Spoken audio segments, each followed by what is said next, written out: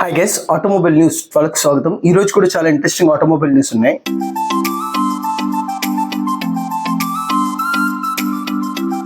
First news వచ్చేసరికి Honda నుండి. హోండాలోని extra vehicle లో సిఎన్జి వెహికల్ వస్తుందని అందరికీ తెలిసిందే. డ్యూయల్ సిలిండర్ ఎత్తున్నట్టు చెప్తున్నారు. దీనివల్ల ఎక్కువ మైలేజ్ వచ్చే అవకాశాలు ఉన్నాయని కంపెనీలు చెప్తారు. మనకి నెక్స్ట్ న్యూస్ వచ్చేసరికి హోండా నుండి. హోండాలోని i20 వెహికల్ చాలా వరకు సక్సెస్ అయిందని అందరికీ తెలిసిందే.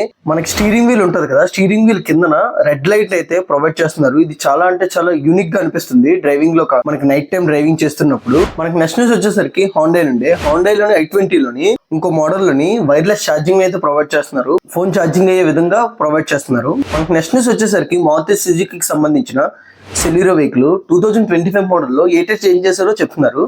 ఫ్రంట్ నుండి డిస్ప్లేలో టెక్నాలజీని అయితే బిల్డ్ చేసినట్టు చెప్తున్నారు. దీంతో పాటు ఆటోమేటిక్ గేర్ ని అయితే ప్రొవైడ్ చేస్తున్నట్టు చెప్తున్నారు. ఇవే కాకుండా 6 ఎయిర్ బ్యాగ్స్ కూడా ప్రొవైడ్ చేస్తున్నట్టు కంపెనీలు చెప్తున్నారు.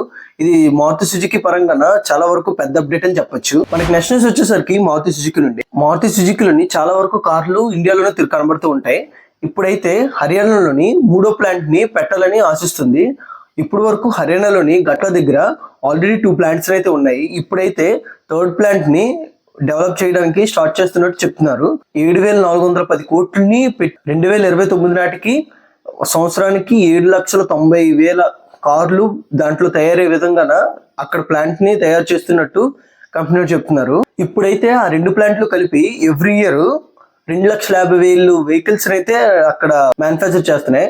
ఇప్పుడు ఈ 3వది కూడా యాడ్ అయితే ఒక ఇయర్ లోనే 7,50,000 కార్లు అక్కడ తయారయ్యే విధంగా ఇక్కడ తయారవుతుందని చెప్తున్నారు. మనకి నెక్స్ట్ న్యూస్ వచ్చేసరికి మహారాష్ట్ర నుండి. మహారాష్ట్రలోని ఎలక్ట్రికల్ వెహికల్ మీద 6% అయితే ట్యాక్స్ ఉండేది. ఎలక్ట్రికల్ వెహికల్ మీద 28 లక్షల కన్నా ఎక్కువ ఉండే కార్ల మీద ఈ ట్యాక్స్ అయితే ఉండేది. ఇప్పుడైతే ఆ ట్యాక్స్ మొత్తం తీసేస్తున్నట్టు మహారాష్ట్ర నుండి చెప్తున్నారు. ఈవీ కార్లని డెవలప్ చేయడానికి మహారాష్ట్ర ప్రభుత్వం ఇది ఒక నిర్ణయం తీసుకుంది. ఇప్పుడైతే మన భారతదేశంలోని మొత్తం ఓవరాల్ గా ఈవీ కార్స్ అయితే 2% వరకు ఉన్నాయి. మనకి 2030 నాటికి 30% ఎలక్ట్రికల్ వెహికల్స్ ని ప్రోత్సహించడానికి కేంద్ర ప్రభుత్వం ఆమోదించింది.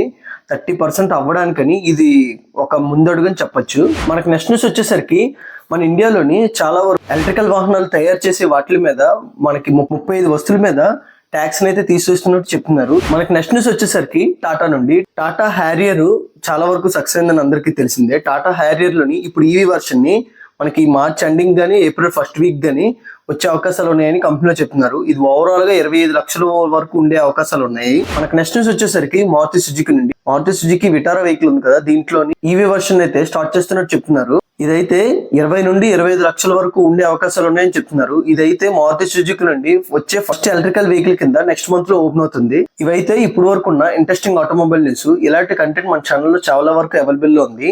ఇవే కాకుండా చాలా వరకు మన వీడియోస్ చూస్తున్నారు కానీ ఎవరు లైక్ చేయట్లేదు. ఇలాంటి మరిన్ని వీడియోస్ కోసం సబ్స్క్రైబ్ టు ఆర్కే విజయ్.